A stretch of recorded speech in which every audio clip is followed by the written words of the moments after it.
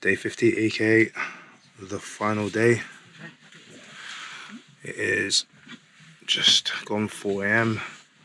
Getting up early today to try and get some good time in to get to the Gonk at 1 PM so we can meet everyone and ride into Sydney together. So here we are, day 50, aka the final day. We're about 40 Ks into today. We haven't had to stop yet. We're trying to push through because we need to get to Wollongong before 1 PM. So we're on the road just after 4. And we've got about 185k ride to get to Wollongong for 1 PM to meet everyone. It's pretty crucial that we get there on time because it has a knock-on effect to being at the Sydney Opera House for 6 PM. So a little bit of nerves, a bit emotional this morning, holding back the tears, and I guess a little bit of relief as well to be on the last day. But we've got to try and stay focused and get into the finish line.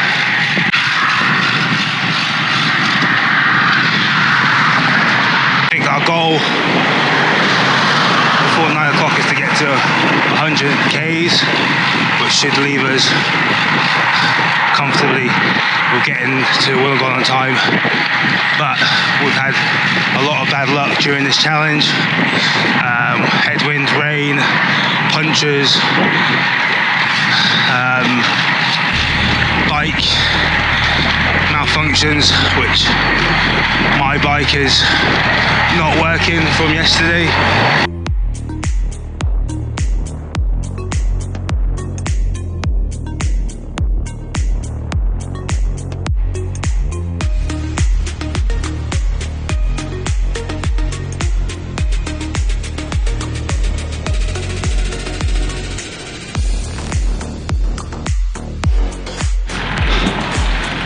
Climbing up this hill with limited gears, sweating, and I'm not gonna lie, I'm really struggling on this final day, but I get to see beautiful views like this.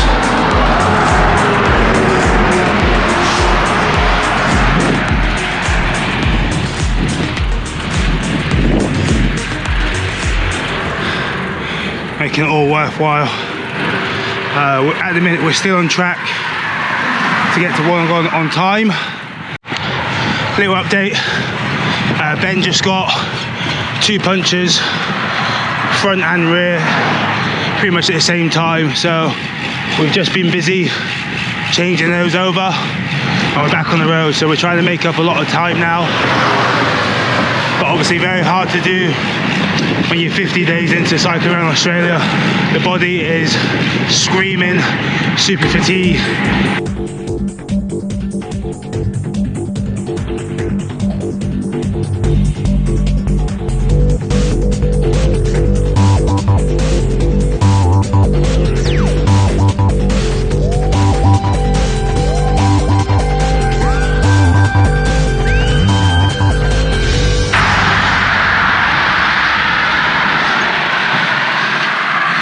Day 50.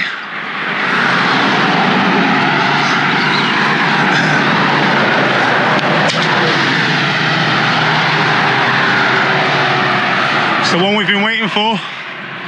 Long time. A lot of people said we weren't going to make it this far. Oh, we talked about that, are we? Oh, we're talking about that, are we? Oh, okay. A lot of people said we weren't going to make it past day 3. Yeah. A lot of people said we weren't going to make it past day 6. Look. Stay humble and defeat our victory. But it's something between, unless something happens between now and 30k, this is a fucking victory. So I'm nearly back in Sydney. Struggling going up this huge hill with limited amount of gears, and in front of me is somebody with a full bike packing setup going up this hill as well. Oh, we've been right. We set off from maintenance bay awesome. So this is the 50th day on the road. So we're actually coming to our end of our tour. Oh, where have you been from? We went right around Australia. Yeah. Your credit card just going around Australia. Awesome, that's fantastic. Yeah, so well, I'm hoping to take these guys to Europe next year and do one of the Eurogallo tracks. Yeah, so I'm looking forward to that. Just have to talk my wife into it. She wouldn't even do these bends. She caught the train to Kiama from Gerringong. Yeah. It's an amazing setup we've got. Oh, these are great. These are German. They're fantastic. Yeah. Okay, well, have fun, guys. Enjoy. See ya. Bye.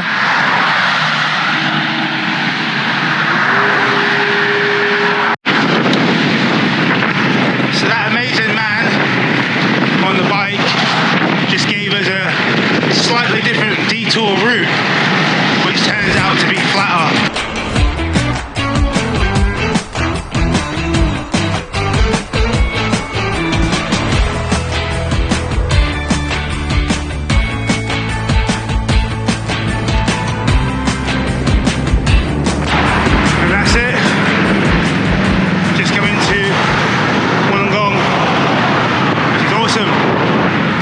Cycling capital of New South Wales. Look at this crew.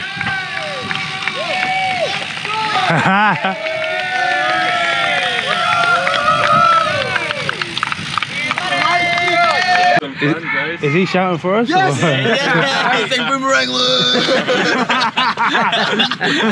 Thank you, everyone. You had a few What did you miss? Thank you, mate. Good. Yeah, Tristan. How are you, mate? You well?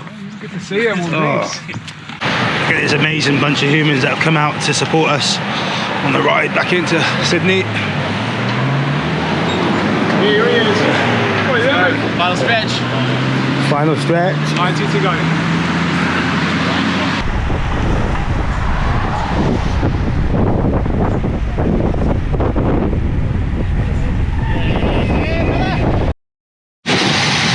Okay, so we are currently on our way to Opera House, day 50, cycling around Australia, no rest, barely any sleep, and we are nearly done. How you feeling, Ben? Oh, mate, emotional. Emotional. It's been a long time. Yeah. Crazy.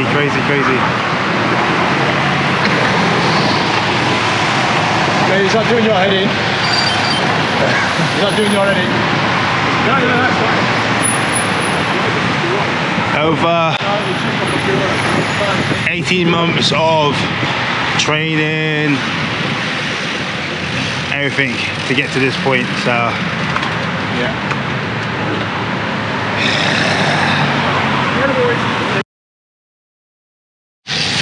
let's fucking go!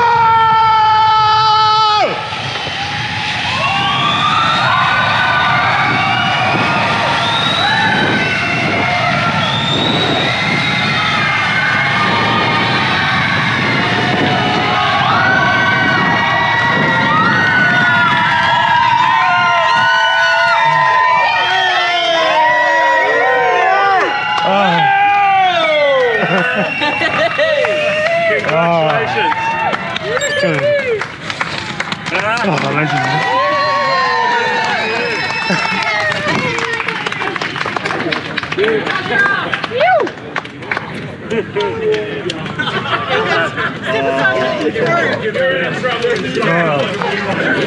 How are you?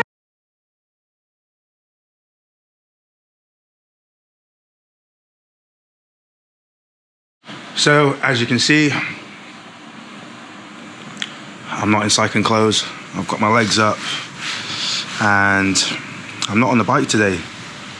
So we managed to do it. We cycled all the way around Australia, the full circumference of Australia, using the A1 highway right around.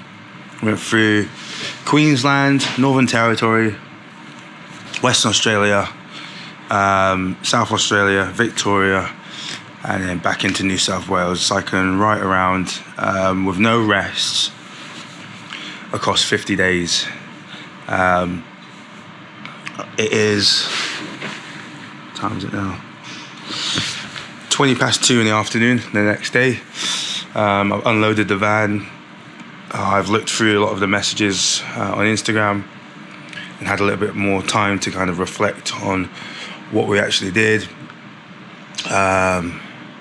And wow, yeah, taking it all in now, I realise how big the challenge actually was.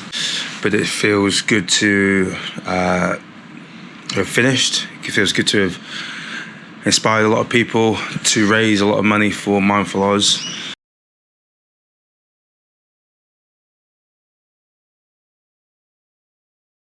Today, I'm not sure if it's because my mind knows that I've finished, but there's aches and pains.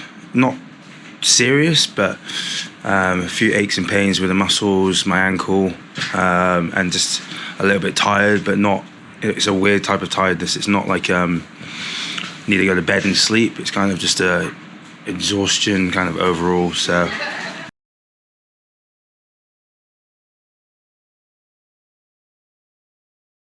I'm not sure if I managed to film enough to kind of get how I was feeling across, but it's kind of a bit of a roller coaster, like mental health, I guess. I'd have a good hour, maybe a good couple of hours. I'd maybe even have a good half day, and then it would turn again to feeling quite sore or sad or tired. Go through a lot of different emotions.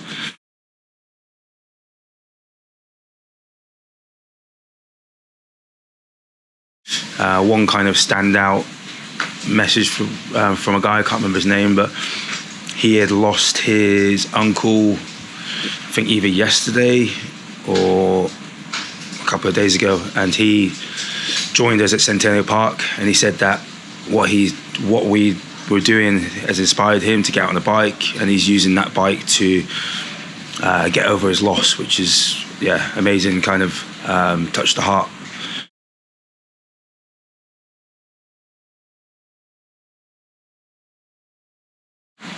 But yeah, it was nice to thank everyone, thank Glenn's parents, thank everyone who's been on training with us, who flew out and cycled with us, Dean, Ewan, Rich, V, Laura, who's up in Darwin, who was our physio, even Laura's dad, who joined us in in Adelaide for a nice lunch.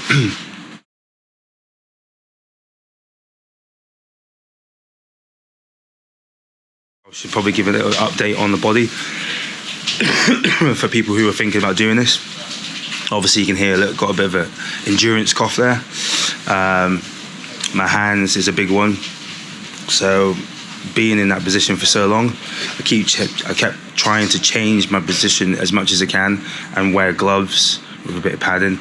But I've got limited feeling in my hands, quite tingly, which is probably some of the nerve endings damaged. Hopefully that comes back. Left ankle is, hey, you see that? So left ankle is swollen. My joints and my knees a little bit sore, but that's just probably from the cold weather yesterday, and obviously being on the bike for so long, and just a little bit of fatigue, exhaustion. So I'm going to spend the next couple of days kind of trying to sleep, rest, put the legs up, recovery boots, trying to eat right, get lots of water in myself.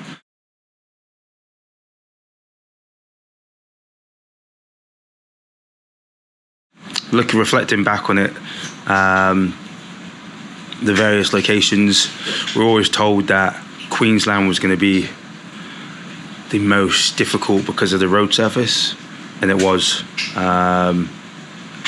The road surface in Queensland, the road trains, the fact that road trains in Queensland in particular, they draft off of each other, so you'd have 3 road trains all back to back to back, 50 metres long each, and going 140 plus kilometres an hour. So when you're on a bike next to that, and you're trying to avoid potholes and kind of riding on what I can only describe as rough tarmac or gravel, and it vibrates right through your body. That's actually where I had my right ankle swell up because of doing stuff like that. And it's the time where I had about an hour in the morning where I really doubted if I was going to be able to continue the whole ride.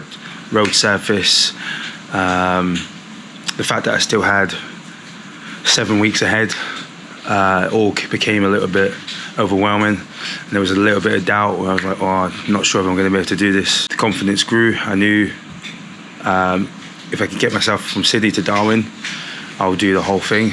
I set that goal before we even started. If I get to Darwin, I'll be able to cycle all the way around. Got to Darwin and the confidence was high. I also said that Western Australia would be the most difficult state, more on the mind, because we were going to be in Western Australia for a long period of time. It's the biggest state, and it was the most difficult state. As soon as we turned south of Broome, the weather dropped in temperature, and the headwind kicked in, and we pretty much had a good 7 to 8 days of headwind, cold temperatures going towards Perth. Perth was nice. We got to see a couple of friends there who met up with us. It was a slightly shorter day, and then coming out of Perth, we had another 2 weeks of just headwind, cold temperatures. We really couldn't shake off those cold temperatures the entire trip.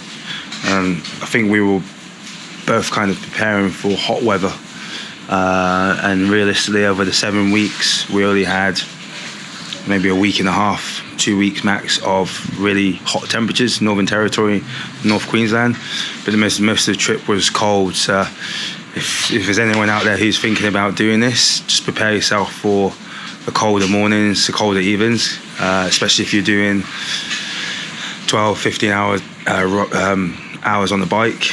You need to be prepared for that type of stuff morning and night, and also just preparing your mind for what you're going to go through.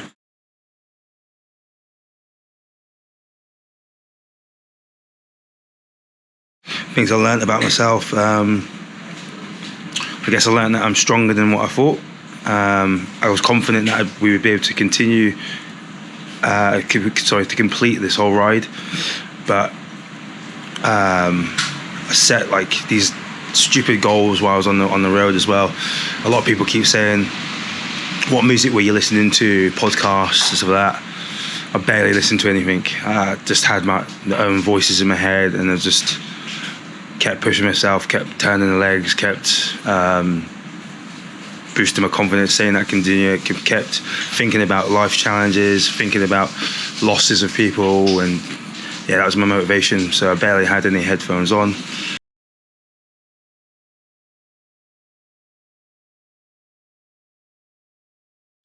But yeah, overall, what an amazing trip, what an amazing challenge. I'm happy to be back in Sydney, happy to be back with Annie, and happy to just kind of look at the messages and look back at what we've achieved.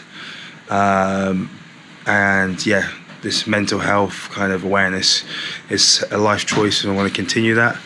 And to be honest, cycling as well. I love the sport, and